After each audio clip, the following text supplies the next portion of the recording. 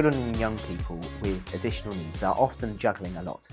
Medical appointments, educational challenges, emotional strain, tiredness, and churches should be a place where they feel seen, safe and supported. Whether you're a children's minister, a youth volunteer, or part of a welcome team, you don't need to be an expert.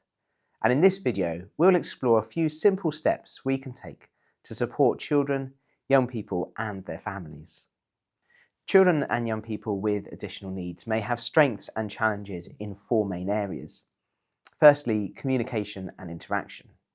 This could include speech and language delays, difficulty with understanding social cues, or needing more processing time. Some children might not use spoken language, but we should never assume that they cannot communicate. The second area is cognition and learning. Children might find learning new concepts hard. They may need instructions broken down into smaller steps, or need repetition to process. Some children may have a specific learning difficulty diagnosis, but this can also often be a difficult process, and so we should always focus on the individual strengths and challenges rather than a specific diagnosis. The third area is social, emotional and mental health. This might be anxiety, difficulty managing emotions, or behaviours that seem disruptive but are often a form of communication. And the fourth area are sensory and/or physical needs.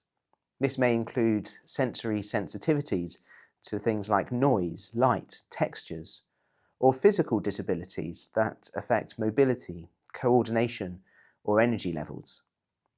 Understanding the areas a child experiences need in is the first step in helping us to think about how we can support them effectively.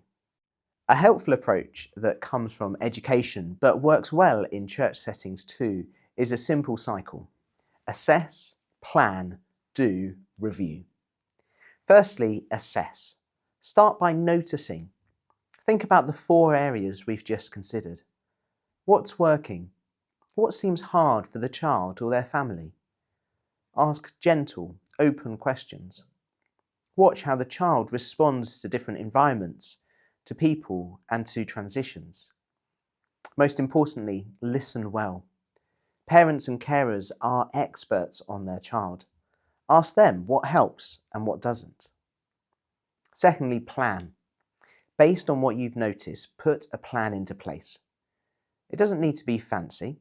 It might be creating a picture schedule to help a child understand the structure of a session. It might be making sure that there is a quiet, low sensory space they can retreat to. Perhaps pairing a child with a consistent adult or buddy who knows them well. Maybe offering noise-cancelling headphones for sung worship or busy spaces. Or letting parents know in advance if something unusual is happening, like a guest speaker or a venue change. Thirdly, do. Put your plan into action and be consistent. Share it with the rest of the team so that everyone's on the same page. Be flexible. What works one week might not work the next. Pay attention to how the child is responding and give it time for it to become a new familiar routine. And finally, review. After a few weeks, reflect.